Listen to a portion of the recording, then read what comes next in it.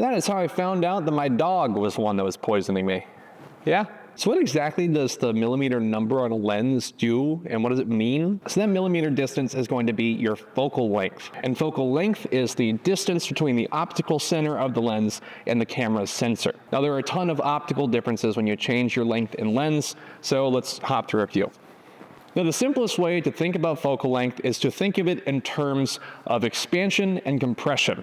The wider your lens is, the more your field of view is going to be expanded, and the longer your lens is, which is the higher numbers, the more your image is going to be compressed, both this way and this way.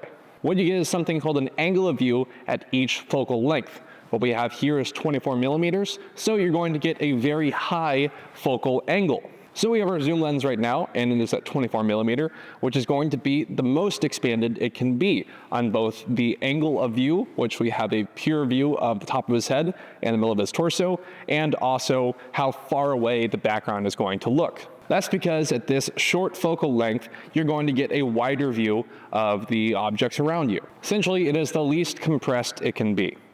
Now watch what happens when we move the tripod back. And we zoom in to 50 millimeters. Now this is where compression starts to come into play. The background is going to come in closer. The angle of view is going to be a lot slimmer, so it's going to get a little taller on his torso and tighter on his head. And we are compressing the image together. Now at its most extreme, we're going to go to 135 millimeters. Now at 135 millimeters, you can notice that the background has gotten a lot closer in the image and the subject's face has flattened out a bit. That's because you're essentially smushing the foreground and the background together.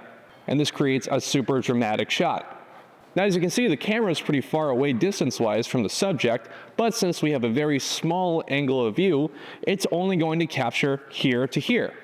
So as your focal length gets bigger, the smaller the angle of view becomes. Now, if you're questioning which focal length you should use for your shot, it really depends on how you want your image to look. And sometimes out of necessity, say you're shooting in a very confined space, you're going to have to use wider lenses.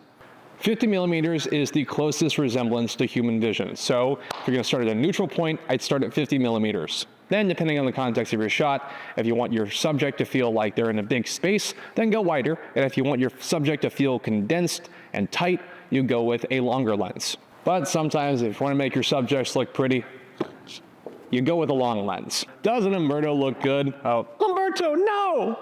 Calm down, it's a mannequin. Dismissed.